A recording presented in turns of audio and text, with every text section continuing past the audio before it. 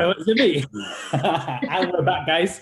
We're not going to even know the number. We don't know the number at all. If we're in that level now where numbers are done. We're just literally going to say it's back. And we've got a new You, jingle as well. you Got the reach a jingle this certain season age for and then free. age doesn't matter. Is that what you're saying? No. Let's not get down that road, Em. But today we wanted to talk about the post-diet phase and how obviously the industry has transitioned and, you know, where we used to be, or let's say 10 years ago to where it's now. You know, there's a lot of aftercare, which we want to speak about, especially, you know, where us three are all quite passionate about the post-diet phase. So Nathan, let's start off. Obviously, you know, you've been in the industry for a very, very long time now. Let's talk about when it first, let's say 10 years ago, right? What was the industry like then? Like, obviously, it was, in my opinion, was it the whole, let's 12 weeks and that's it? And then if you compare it to obviously now and obviously what's really, really going on, we can all speak on our experiences with this because obviously we've all gone through different phases of like a fitness journey. So let's start with Nate there. Yeah, I think it was the tale of two halves. One is probably that in the commercial gyms, a lot of things 10 years ago was probably focused on like just showing up to the gym, exercising, focusing on cardiovascular health and working towards goals like marathons or like running goals. Or it was very much generalists, and most PT sessions in normal gyms was around like performance-based stuff. Like it was for people like that wanted to not even compete in bodybuilding, but like just performance-related triathlon. Like my uncle did it, and he like goes on a bike every day or swims, and then they get personal training to help them improve their performance. So there was that element. But then I think on the flip side of that, in terms of the private market of private gyms or private personal training, that was more geared towards a specific desired result in a specific time frame, which obviously then they marketed to an increase in price or £120 a session, or the package was £3,000, £4,000, which then had this profound effect that I think over the last 10 years, that type of approach of high buy-in timeframes has then filtered down into, let's call them the general public who can't afford £140 a session, or even those guys back then. Me and Em worked together in one of these places that you still couldn't get these people to afford what after the 12 weeks or the 16 weeks that they had, because they were literally putting up a lot of their life savings or a lot of their savings that they had in the bank towards making this amazing change over this short space of time. So, 10 years ago, 5 years ago, it's filtered down into that becoming the norm, which is fantastic because a lot more people in the fitness industry are getting less fat because of it, because of the focus on the desired result, the focus on the pictures, the focus on the measurements, the focus on the testimonials, whatever it is that they're focusing on to get this physical result. There's a lot more appealing nature to the industry around that. And I think now, as we're going to speak about, is that there's a transition period of now maybe last 3 years of where people are like, will people do that specific thing? And then after that, what happens? Why are these people coming back in 3 years faster than they were before? And it's like solving these problems now. And this is what we're doing. But like 3 or 4 years ago, I don't know. I wasn't advanced in the industry at that point. I didn't have recurring clients to the same place. So I don't know if this happened 5 to 10 years ago, but I imagine what they didn't. You go in once and then you do a block, and then that would be it. You're done. And then you probably go and get something somewhere else a little bit more affordable, once a week maybe.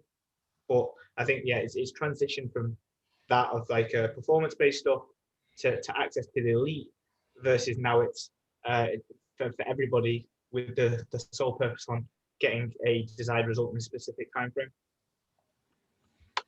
Yeah, I actually agree with a lot of that. I think it's also the way industry's gone, right? So it was in the very beginning, which was, okay, we've got, let's say, a 12-week block, and, you know, everyone really just focused on that, and that was really, really it for a lot of these clients. A lot of the clients also saw it that way, right?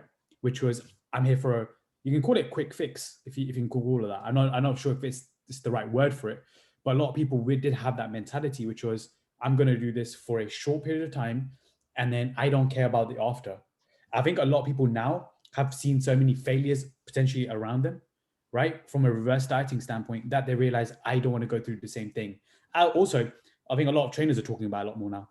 I think previously trainers, you know, we all focus on the result versus what's happening after the result. And then now people start to realize more and more of this, and they're like, actually, you know what?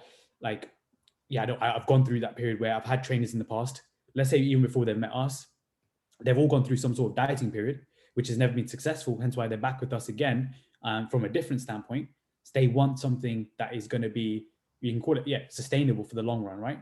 And everyone's stability, everyone's sustainability. And I think now the industry is going that way. You think about, like, we talk about social media quite a lot, right? And who we follow and stuff. Like the ones who I follow, the trainers, majority of them talk about the after quite often. It's never just 8 weeks and that's it, or 12 weeks, here's your journey, and hope for the best and throw a Hail Mary, and that's really it. I think there's a lot after to it, which I think a lot of trainers now also talking about. I think previously, maybe like even 5 years ago, I remember not a lot of trainers cared about. I think it was a 12-week journey.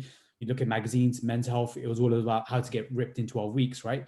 So the appeal was always there. Even for women, it was always like lose 10 pounds in 30 days. So it was always short term. And that's what, the industry drove it towards, that the consumer understood, oh, it's only 30 days, right? So if you told people you can get rich in 30 days, people only think, okay, I'm going to do this for 30 days only. So it's the same thing that we probably made a mistake as an industry going to that route. Now I think we're learning from that ourselves, but also learning what clients went through. Hence why we're like, no, there is a reverse diet. Because bodybuilders had reverse dieting for years. It's not like reverse dieting only started now, but we didn't do that with clients for some reason. Even if they got in condition, like amazing condition, like photo shoot condition, which say, oh yeah, it is what it is. Obviously, Nathan mentioned affordability. That could easily play a huge role. People want to probably continue. And if you're in a high-end like private gym, people are like, I can't do it. But could you give me some tips, whatever? And then, it's never enough, because the tips, you remember it on that very moment and then you forget about it after. So I think there's that shift in the industry now. Obviously, online coaching is a lot more present. Online coaching wasn't as present maybe 10 years ago or even 5 years ago, to an extent. So things have changed quite dramatically within the industry without really us realizing it. Or we did realize it, but now everyone else is kind of doing it. Even if someone's new to the industry now, they're also kind of talking about reverse dieting to a large extent. Right? Yeah. I think also, going from mine and Nathan's background, we were working for another company, which then meant that we had to comply within certain levels of standards and rules, and and I think now when coaches are a lot more, we all have our own businesses, and our businesses, our reputation and how we care for people is going to show up, especially now with social media, right? It's like there's no hiding for your wrongdoings anywhere. And I think, for myself as well, I used to also be the one looking at focusing on goals and getting the result. And of course, that's part of it. But I think we missed the step that needed to happen simultaneously or even beforehand, which is, we can't go into a recomposition phase, because that's really just feeding into surplus level solutions for a lot of people, because it's a yo-yo trend. They go to the next trainer, or they come back, and then they go, and then they come back, and then they go. So it's just surface level solutions. And I think now coaches more and more understand that, right, we need to actually go and reconstruct and rebuild the foundations of what a client actually needs, so that we can sustain this results for a long time. And of course, like reverse dieting comes back into it, but that's only when you've cemented some level of foundation of habits, systems, strategies, some structure, morning routines, and anything that actually will help you build a house with a strong foundation so that you can withstand any weather, any storm, any rain. And I think that's what coaches focus on more and more. At least I know that the three of us do, that we go back and we look at what needs to happen in order for us because if we're looking at recompositioning, that's just the science. It's caloric deficit, there's progressive overload, and time. That's it. It's a science. And then you manage some data and you look at data and then you tweak, and that's it. But the reason is that people go on and come off and have this yo-yo effect is because we've missed the point of going back to the start and go, what is the actual root causes here? What's the problem we need to solve? Because then if we can solve those problems, the science is just the science, and we go through that process and then we come out of it again. And then we have this level of new identity and new lifestyle that we wish that people and what's it called? They just take on and feel like, actually, this is my 2.0 higher level. This is who I want to be. This is when I am at my peak. Right? Yeah. So I also think a big part, and this is probably, I only just thought really this after we're speaking about it, is that a lot of this, the reason why we didn't do it maybe back in the day is it was a large assumption that people were to conform to the diet, like the way that these fitness people were doing things. Like the fitness people were doing the same things the same way, very, very blasé, not even blasé, it's very structured, very routine, very bodybuilding-esque.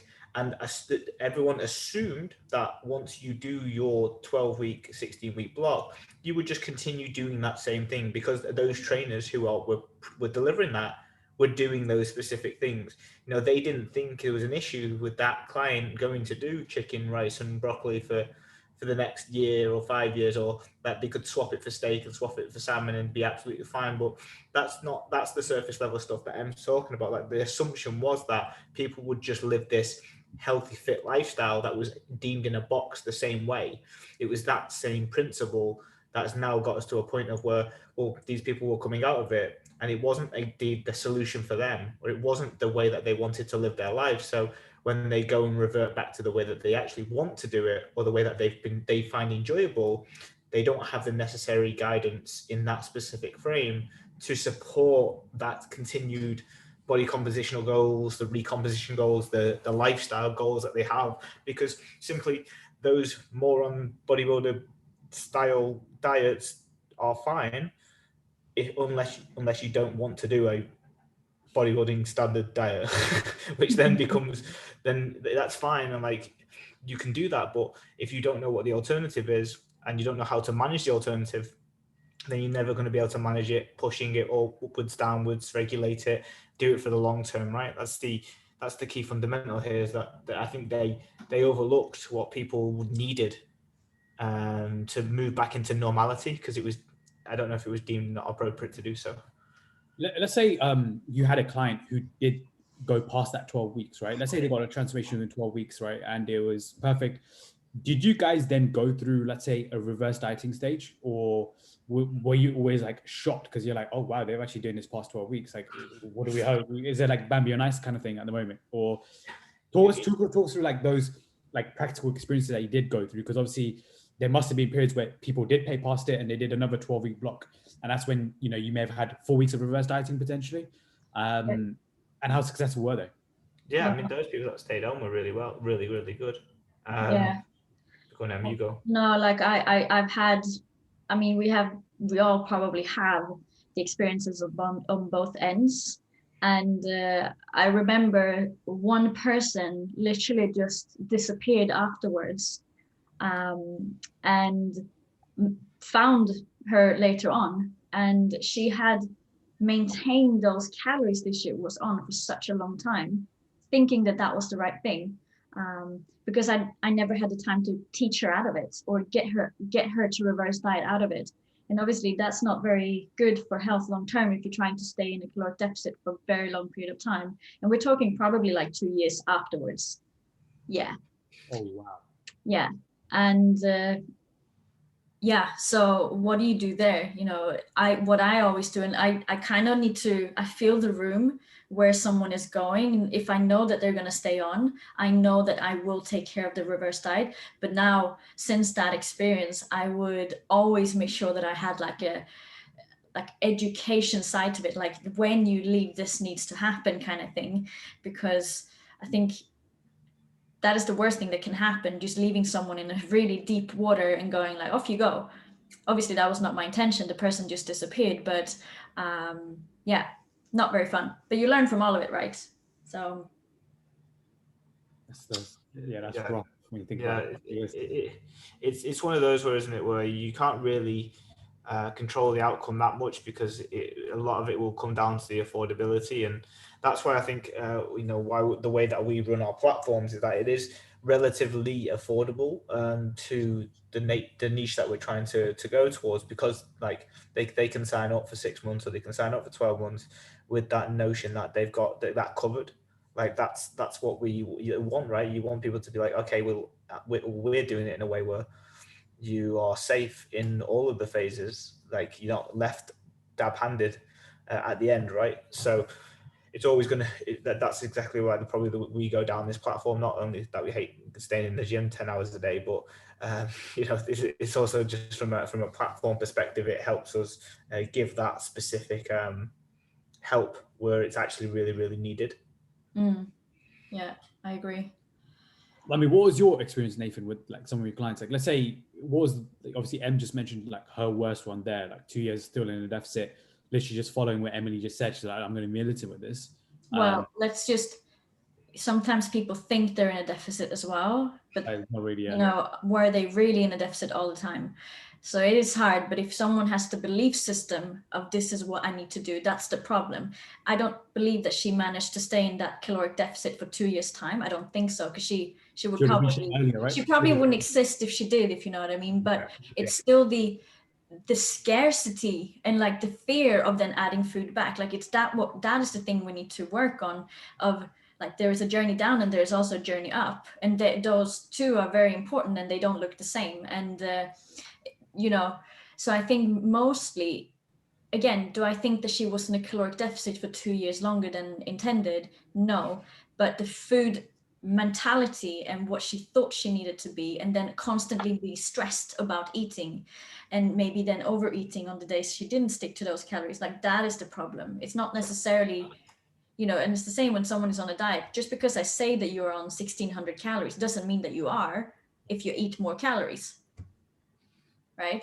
So the numbers, it's irrelevant, but it's the mind behind what that means and how we feel about those numbers. Those are the things that matters, and then the rest is what is. It's the mindset, right? Like the mindset didn't change too much, or they know what was next. Therefore, it's always going to be that yo-yo stage for them. So they could blow up in that instance. Some people would definitely just blow up then, right? But then also always be in a diet frame of mind. Yeah. We don't want people to be in a diet frame of mind. We want people to be in an outcome frame of mind, go and get it, and then not be in a diet frame of mind. Like, nutrition should always be a part of what someone thinks about, but it shouldn't be because I'm on a diet. It's like, I'm for health now. I'm for building myself up again. I'm for whatever. But so I think that's the issue when we maintain in a dieting frame of mind, because it's stressful. Right? It's obsessive and it's stressful, and it doesn't allow us to enjoy life. So yeah.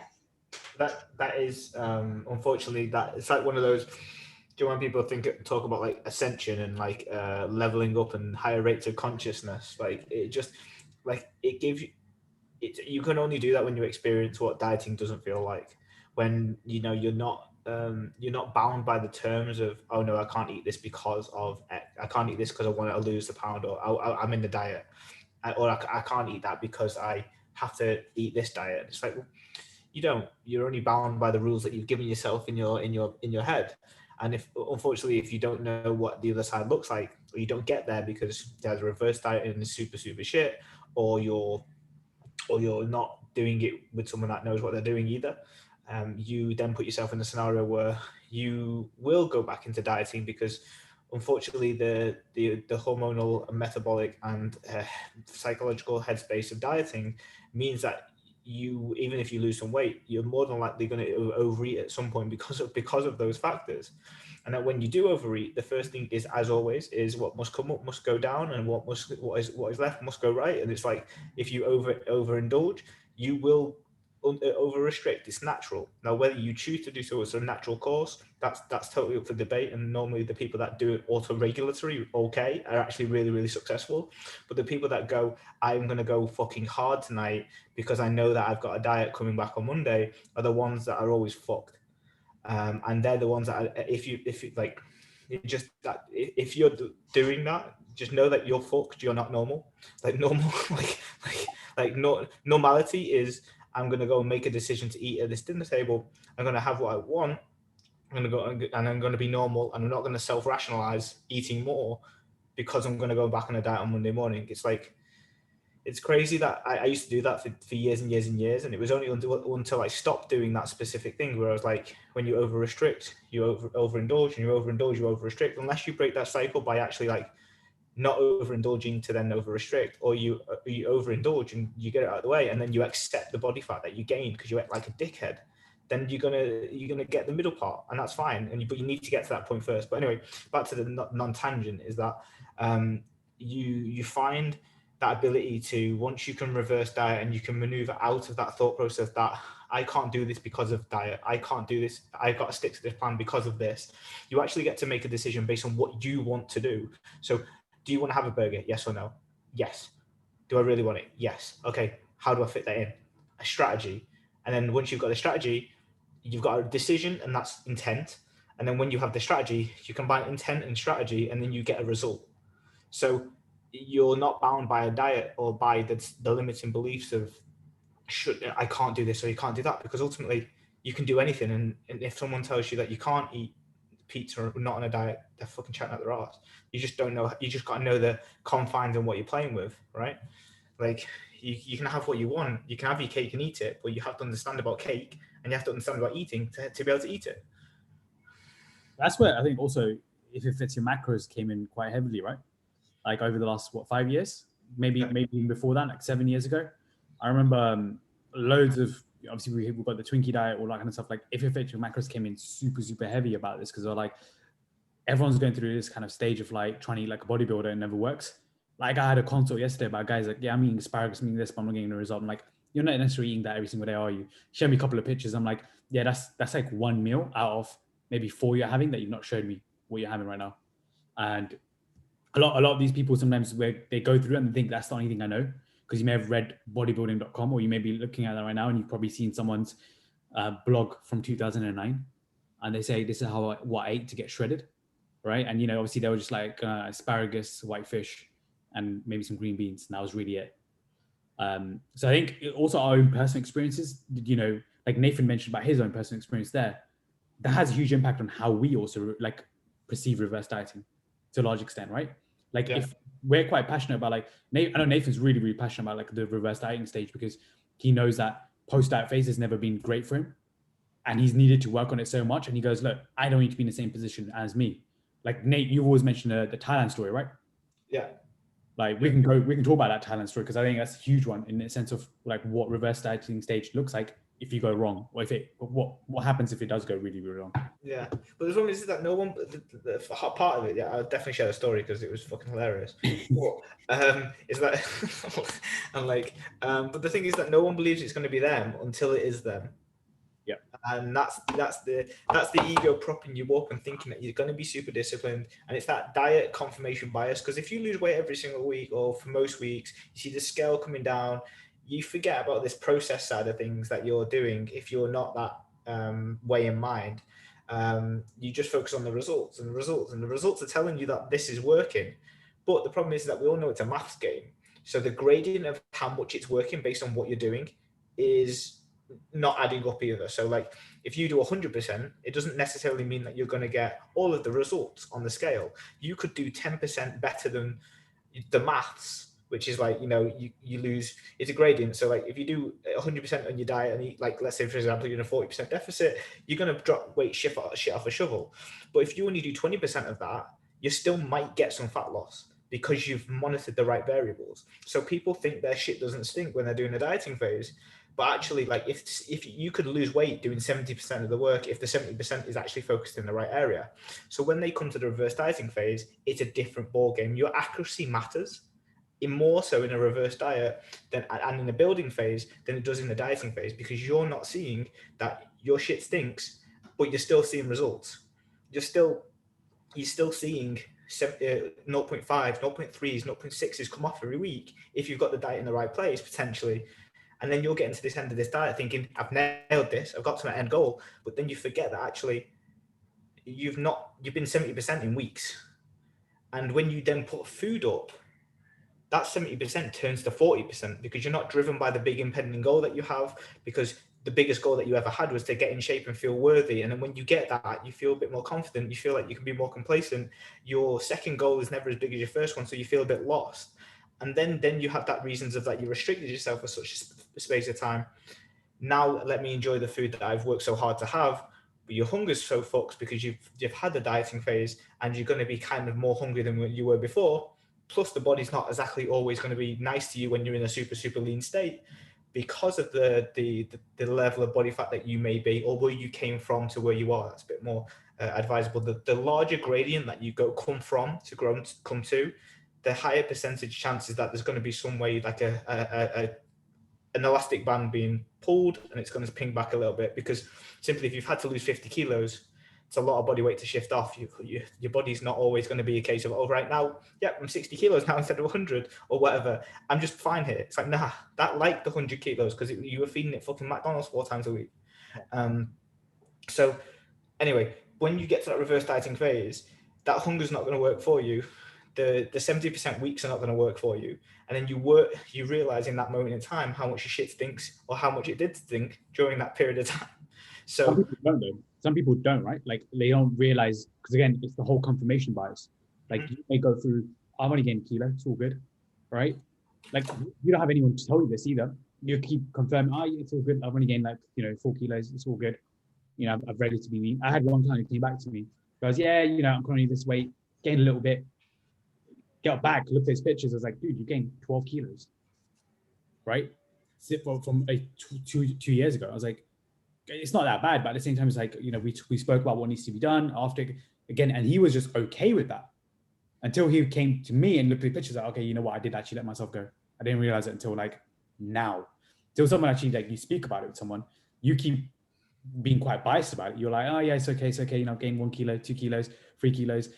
10 kilos later, you're like, oh, okay, yeah, I need help now. Let me go call someone else, right? So we kind of go through that stage as well initially, post reverse, where we're okay with like certain amount of gain, and that's fine early on. But if you keep confirming and saying, yeah, it's okay, you're going to be 10 plus kilos heavier, very, very easily. Yeah, and because your consciousness will affirm to you that you'll only play around with it, right? So like you won't see the kilo that you gained, you'll just see it on the scales. And if you don't step on the scales because you're like, oh, I don't need it anymore, then you don't see it until you put on that t-shirt that used to be really nice and tight that you wore for like a nice wedding or something. The next minute the buttons don't do up and you're like, oh wow, shit got real. And that's why those times, those reverse dieting times, and those like early, let's say, muscle building lifestyle times, which is after the diet, are the ones in which you need to set your parameters of accountability and set the parameters for your metrics that you're going to follow. Otherwise, if you've got nothing to follow, then you can confirmation bias yourself into it. Like if you don't have to take photos every week, but I would advise it. But if you don't look at the scale, or you're not doing measurements, or you're not taking pictures, or you're not holding yourself accountable to whatever method that you're utilizing to go, did my shit stink this week? No or yes. And then you can find out whether you're on track or you're not. But those metrics, people just leave all the metrics at the door because they did it for that specific diet. They did it for the specific goal, not the longer term peak process. Yeah, I agree. And yeah, I got nothing to add to that. I mean, I just agree with everything that Nathan just said. It's just so crucial. And I do think, though, that with more years behind us, this is going to be more and more what people realize as well.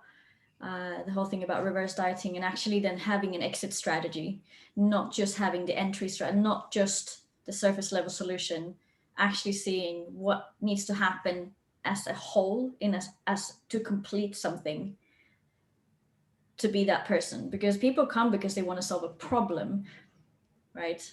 And part of solving that problem is the reverse diet as well. If someone has really lost a lot of weight and pushed for extended duration of time, like that's like only coming half circle, then that we have to come full circle. So yeah, I do think that that's going to be more, I hope so at least, that people are going to see that it is as a necessity. Where do you think this, like, let's say we spoke about like online coaches and just generally coaches in general. Do you think this should start from like the ground up? Like when someone wants to be a personal trainer? Because a lot of personal trainers that do come in the industry, some of them have never transformed themselves, right? It's very much like, I'm going to go and do this and then that's it. Some of them, obviously, if it's like, let's say you want to get into online coaching, there's going to be a period where you have to get into like a reverse dieting stage with someone. So do you think this should come from like someone who does a course from day one? Like, let's say if it's level 2, level 3, I know where they're the basics, but do you think that's where it should come from? Because I know they don't really teach that, right?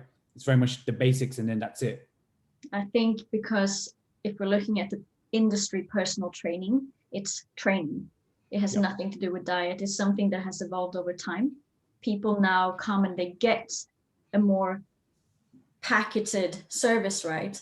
But because it's not a necessity when you become a personal trainer, and a lot of people then go and do a 6-week course and they can qualify themselves to give some advice. The problem is there, right? It's problem in the system, basically. And then people maybe they lack interest in nutrition, physiology, biology. Like maybe they lack that level of interest where they go, actually, what I do with this person can or cannot fuck them up. And I am the authority in this teamwork. And if I don't know my shit, then I'm potentially just fucking someone up because I don't know better. And that is the problem, right? That there are way too many people who are not engaged in their learning. Of course, like people are going to start from somewhere and not be very skilled. And I think you need to know where you are and then build upon that and take more courses, have more mentors.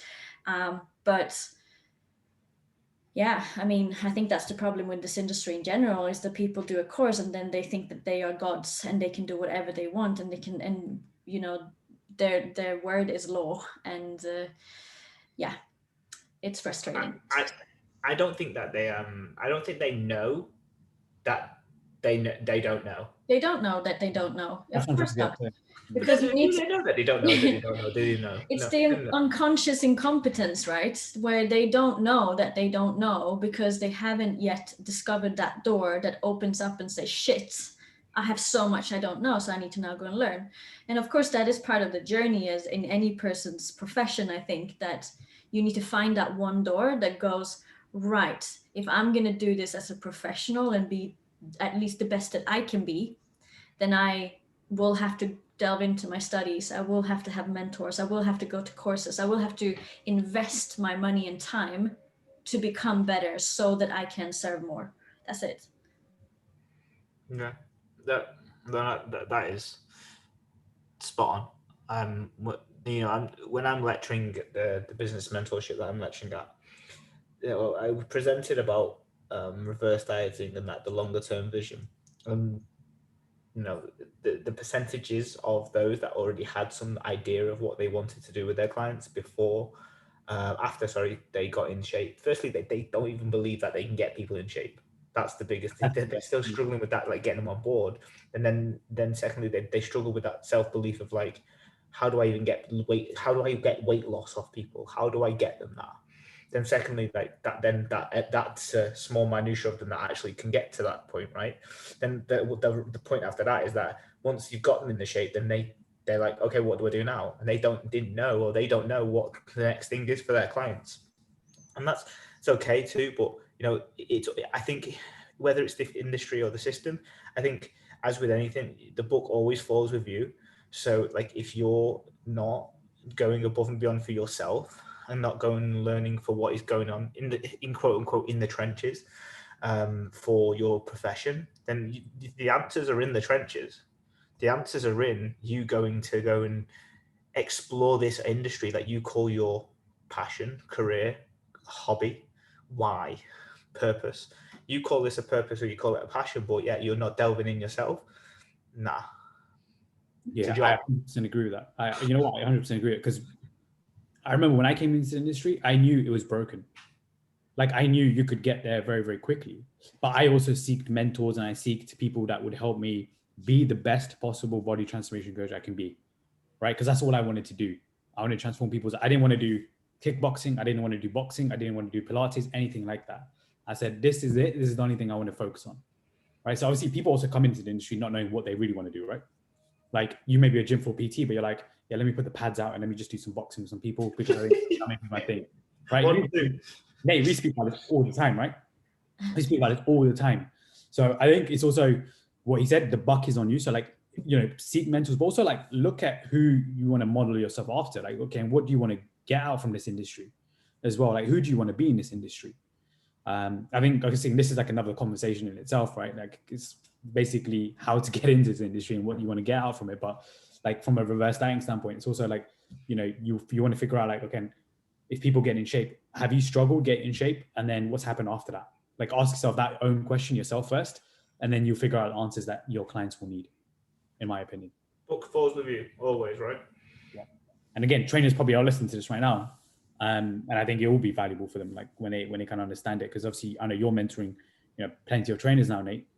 And obviously, like you mentioned, they're all going through like that limiting belief of not training or not transforming clients, and then forget about transforming clients. It's like by the way, there's a post transformation that you need to kind of learn as well.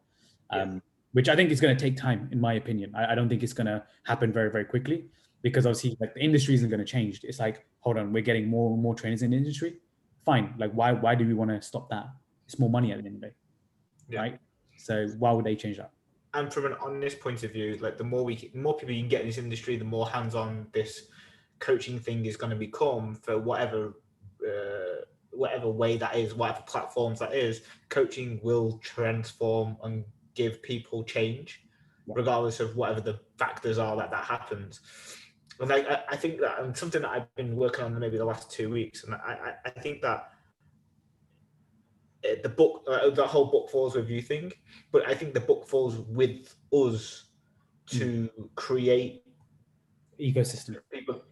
The people that are coming through now, the book falls with us to make sure that we lay the path for them. Like every day, I'm writing in my journal. I am responsible for the general public's weight management problem through coaches and my autonomy clients. But we have to lay that foundation and system out there. Yeah. Not that there actually is one specific way of doing things, but fucking hell, we should try and find it. It does turn into domino then. Like I said there, like you go from your clients will let other clients know potentially if they want to sign up. Oh yeah, this is how they do it. It's the same with all our clients right now. Even with our coaches, all right, we've got them in a specific methodology which we want them to run through because we believe in that. And there's a whole system of we want to take care of you after as well. It's not just get in shape and then because half of them have always got a result. Most clients now have always had a result, whether it's Atkins, Paleo, we've always mentioned 5-10 kilos most people have lost. But they've never held that, or they've never understood what happens next. They've always been like, look, I've got a wedding, I've got Ibiza coming up, let me go hard. And then after that, whatever happened. And then it's like, I'll do that diet again January 1st. I've got 4 months now, September, it's cool. Winter's coming anyway, so it's cool, right? So it's that element there. We want to kind of, eliminate that aspect of like, you don't have to diet again for a long time. That's our message, like at the, towards this podcast. Like there is a period where we don't want you to diet down for a long time. Yeah. And it's like, and you can feel good about that. You don't want to feel like, oh, I want to diet down again in 3 weeks time because you gain a kilo or whatever. Yeah. Yeah. Because there is that. And for me, definitely that moment came a couple of years ago when I'd always said to myself, maybe every 7-14 days, you're in this self-rationalization process of saying like, oh yeah, cool, I'll just drop back calories next week, or yeah, I'll just fast this morning and then go hard this evening, or whatever it was. And you get caught in that cycle, and then unfortunately that becomes normal. And for most people, if you catch yourself in the awareness that you're having right now, if you're having less food tomorrow because you're going hard today, you're in that cycle. You're in the fucking hamster wheel. And what you find is that there is a different hamster wheel to play on. But you need to jump off the one that you're on right now and stop it to move on to this new, funner, bigger hamster wheel that allows you to not actually, not fuck yourself and be in that perpetual cycle of like, okay, diet starts Monday. You can actually go and do both of these things. You can go and enjoy, you can go and have, but without the fear of guilt and distrust in yourself and mishonesty in yourself, and in like the whole verbal negotiate. I call it a negotiation. Everyone has those negotiations when you're like, should I have this? Shouldn't I have this?